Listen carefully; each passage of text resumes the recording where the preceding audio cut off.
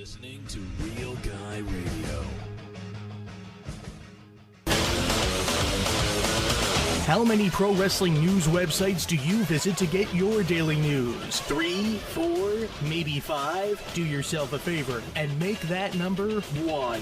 WrestleChat.net, the only professional wrestling news site that brings you all wrestling news all day long, and is home of the critically acclaimed Still Real to Us podcast, starring former CZW, ROH, and ECW announcer Eric Gargiulo and the champ Jeff Peck. That's WrestleChat.net. WrestleChat, it's where it's at. It's still real.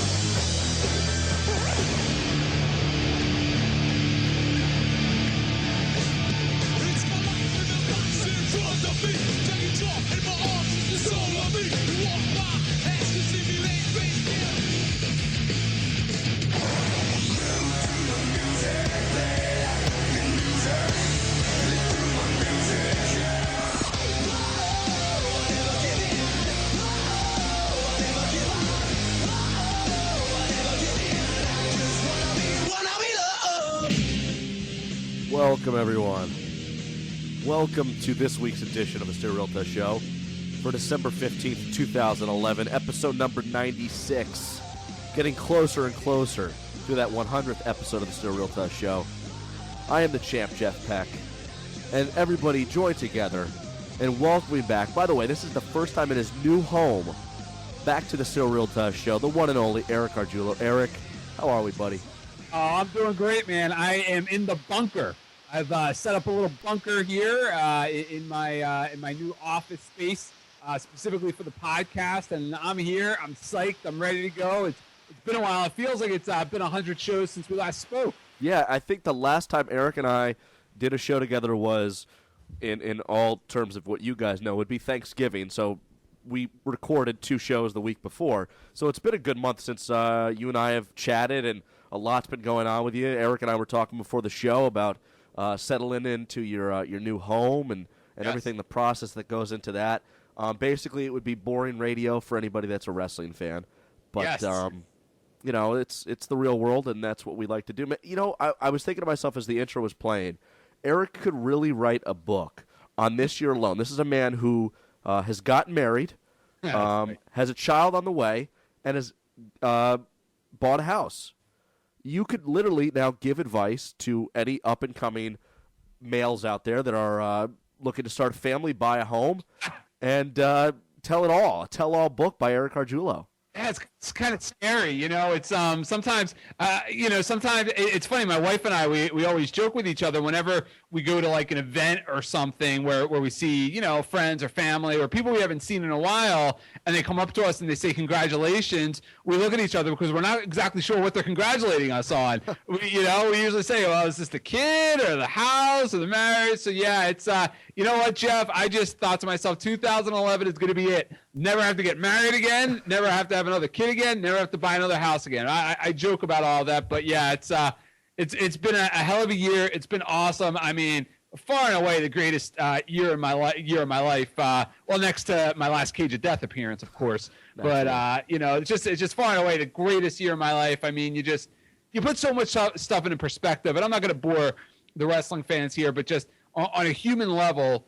It just gives you you really start to understand the purpose of your being, of you being alive when you start to do these things, because, you know, before that I was just a swinging bachelor that did wrestling commentary on the weekend. So yeah, quite a twist. Yeah, and for anybody who's followed along with the show from day one, and especially this year, it's going to be quite a lot of fun to listen back to those old archives. Eric and the Howard Finkel introduction.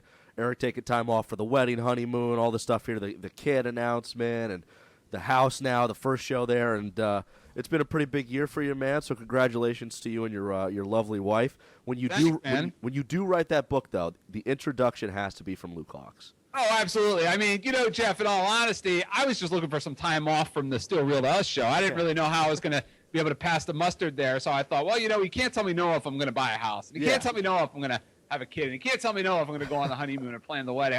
I'm out of excuses, Jeff. I think you're stuck with me for the rest of the life of the show here. That's good, man. That's what we like to hear. And many thanks, of course, along the way to everybody who's filled in for Eric as he's taken the time off. Benny Lopez has joined us. Captain Obvious has joined us.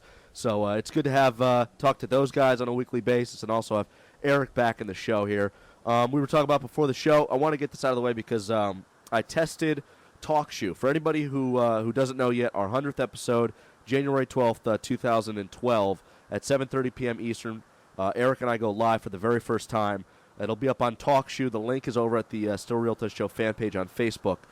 You cannot call in from your phone to get into the show. What you'll have to do is you have to get a TalkShoe account and let us know when you're ready to go. We'll actually bring you onto the show. It's kind of a little bit of a headache, but we'll piece it all together when it comes to the 12th. So you just got to get a TalkShoe account, be in the chat room the night of the show, and we'll bring you onto the show. And it should be a lot of fun because it'll be the first time we'll be able to talk to all the great listeners out there, and already hearing a lot of great questions of what people are going to be asking us and stuff like that. So I'm really, really looking forward to it. And it'll be the first time I've done a live show in a long time because the Wheelhouse doesn't go live anymore. As long as we've done this show, we haven't gone live. And it'll be the first time in a long time for you, Eric, to also do a live show. So that's going to be pretty kick-ass. Absolutely. No, I'm excited. I mean, that's how I cut my teeth on this thing was doing live radio and taking calls for an hour and just talking wrestling and having a good time with the good people out there. So I'm excited. I really am. January 12th can't come soon enough. Yeah, I can't tease any surprises. I have no idea if anybody's going to surprise us by calling in. I do know Luke Hawx has promised that he will try to make an appearance during that show. So we're looking forward to it, and hope you guys are as well. It's going to be a lot of fun. This is the last time, speaking of which, we kick it into holiday schedule starting next week with our favorite tag teams. The week after that, the 29th, Eric and I do our wrap-up year-end award show. On the 5th, the first show of 2012, myself and Benny Lopez will be doing our bold predictions for 2012 as we preview and predict 2012. And then we come back to you live January 12th for the 100th episode. So it'll be a while since you get this type of format on the Still Real Touch show. And Eric and I, when we were sitting down here talking about what we're going to talk about this week, not a lot to talk about. Which typically, Eric, and you've done this a lot longer than me, like you've mentioned, when it comes to wrestling, whether it be blogs or radio that you've done, the month of December is really, really slow for wrestling, don't you think? Yeah. Oh, no, absolutely. I mean, especially now because it's really all about the Royal Rumble at this point. So, and I think most fans know that. So whatever's going on in the WWE, they don't really do anything to rock the foundation, shake the foundation, so to speak. It's really just laying the groundwork right now for the Royal Rumble. And again, it's like going to see a house. It's pretty boring when you go and watch the groundwork laid, but the beginning stages. But you come back and it's built, and you come back around the Royal Rumble, and you have your couple of floors built, and by the time you get to WrestleMania, you're ready to move right in. So yeah, it's definitely a down period right now. But you never know. I mean, remember, Jeff, what was it? 2 years ago around this time was when Bret Hart came back to the WWE, was when all those rumors and you had the Monday Night Wars sparked. So, it's kind of funny. You really never know because, last year it was the same thing, but 2 years ago, Jeff, it was, I think you and I were doing the podcast then, weren't we? We had just started when Bret Hart and the Monday Night Wars had begun. Yeah. So, I mean, you don't expect that stuff, but all of a sudden Hulk Hogan announces he's going to TNA. A couple of months later, Hogan's on UFC saying they're going to go on Monday nights. Then all of a sudden you start reading about Bret Hart coming back. So you really never know. But as of today, it's pretty low out there right now, pretty low key. You know what I really find interesting, Eric, and you could attest to this, being in independent promotions throughout your career, is when it comes to WWE and TNA, it's really slow in the month of December. Granted, when WCW was still around, you had Starrcade. That's their big event of the year. So they had a lot going on for them. But WWE, TNA has been historically very slow during this month. when you look at independent wrestling promotions, this is like the biggest time of the year for these guys to do their big events. You got ROH with Final Battle. CZW does the Cage of Death. I mean, it's just crazy how it's so reversed on strategic and logic for wrestling when the big promotions, they go slow. Independent promotions, they kind of go, full bore, final show, big WrestlePalooza type event. Do you think they do that purposely? I mean, you're a guy who did commentary on independent promotions. Do they do that purposely, knowing that WWE TNA, downtime for them, let's get it up, get some people out here to watch an amazing independent wrestling show?